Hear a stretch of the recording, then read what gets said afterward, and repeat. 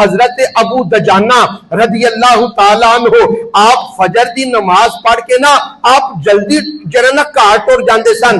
नबी पाक सल्लल्लाहु तआला अलैहि वसल्लम ने ना कुछ दिन वेख्या, एक दिन पूछा ए अबू दजाना तुसी नमाजे फजर पढ़ के जल्दी चले जाते हो? ते हजरत अबू दुजाना अर्ज करते ने या रसूल अल्लाह मेरे घर दे नाल ना एक यहूदी दा घर है, ओदा खजूरां दा दरखत है, ते जदों रात दा टाइम हुंदा ना हवा चलदी है ते ओदे खजूर दरखत दियां खजूरां ना मेरे घर भी डिग पैंदियां ने, ते मैं जल्दी तद घर तुर जाना कि अपने बच्चे उठन तो पहले मैं ओदियां खजूरां ओनू जाके दे के आना।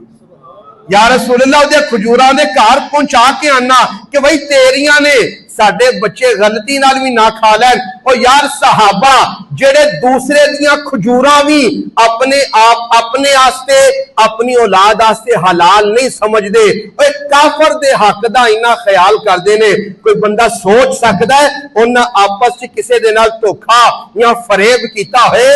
ओ लोग जेड़े नबी पाक दी आल दी गल करके सहाबा दे बारे कमजोर गल्लां करदे ने, ओ लोग भी दुरुस्त नहीं। जेड़े सहाबा दी गल करके नबी पाक दी आल दे नाल कमजोर रिश्ता पैदा करदे ने, ओ लोग भी दुरुस्त नहीं। मजा उदों ही होना है जन्नत दे अंदर नबी पाक दे हत्थों जामे कोसर उदों ही मिलना है जदों दिल दे विच नबी पाक दी आल दी मुहब्बत भी होएगी, नबी पाक दे सहाबा दी मुहब्बत भी होएगी।